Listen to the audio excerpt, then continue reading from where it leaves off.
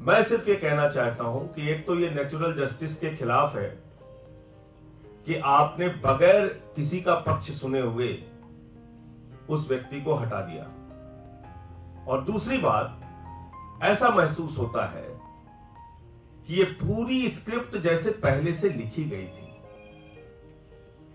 हो सकता है कि इसको मेरी इस बात को कंटेम्प्ट माना जाए सुप्रीम कोर्ट का, लेकिन जो आदेश सुप्रीम कोर्ट का आया आलोक वर्मा के मामले में, पहली बात तो उसको इतने दिन तक रिजर्व रखा गया, फिर रिजर्व रखने के बाद जब वो आदेश आया तो उस आदेश में ऐसे लूपहोल्स छोड़ दिए गए कि कहा गया कि भाई अब ये कमेटी फैसला करेगी, सेलेक्ट कमेटी फैसला करेगी, और उस कमेटी में सीजीआई नहीं गए, सीकरी साहब गए, और सीकरी साहब को 1 महीने पहले ही अंदरूनी डील थी कि उनको 4 साल की पोस्टिंग मिल रही है विदेश में, लंदन में।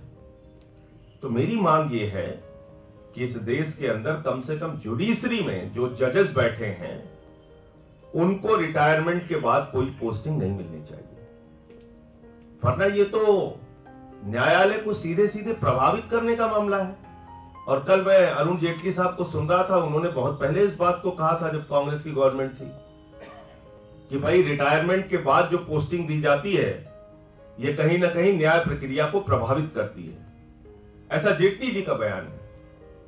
तो अगर न्याय प्रक्रिया को, न्यायालय को ये चीज प्रभावित कर रही है कि एक आदमी को रिटायरमेंट के बाद आप 4 साल 5 साल की मलाईदार पोस्टिंग देके और कोई निर्णय अपने पक्ष में ले रहे हैं, अगर ऐसा हो रहा है तो ये बहुत ही गंभीर बात है। इस देश के न्यायपालिका पर एक बड़ा संकट है, इसलिए जजेस को रिटायरमेंट के बाद कोई पोस्टिंग नहीं मिलनी चाहिए, ये हम लोगों की मांग है। दूसरा, आलोक वर्मा जी को हटाने में इतनी जल्दी क्यों दिखा रहे हैं मोदी जी?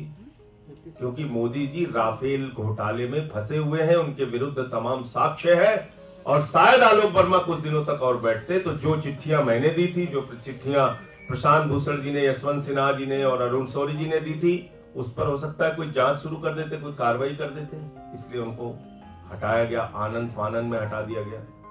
तो इसलिए आलोक वर्मा को जो हटाने की कार्रवाई की गई है, ये राफेल घोटाले से बचने की नरेंद्र मोदी जी की एक कोशिश है। दूसरा, कन्हैया कुमार का कल चार्जशीट आया, जो चार्जशीट 90 दिन में फाइल होनी थी, वो चार्जशीट चुनाव के 90 दिन पहले फाइल हो रही है।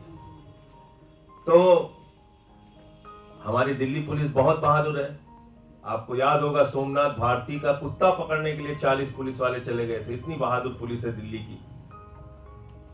मैं ये कहना चाहता हूं कि अपने आकाओं के आदेश पे अपनी वर्दी को दागदार मत करो, तुमको भी जवाब देना पड़ेगा कल को। कितने साक्षी इससे जुड़े हुए आए, और 3 वर्षों में बहुत सारी बातें इस पूरे प्रकरण पे कही गई। गृह मंत्री जी ने उस समय कहा कि हाफिज सईद से जुड़े हुए ये लोग हैं। क्या हाफिज सईद से जुड़ने का जेएनयू के किसी छात्र का कोई साक्ष्य आया इस पूरे चार्जशीट में? नहीं आया।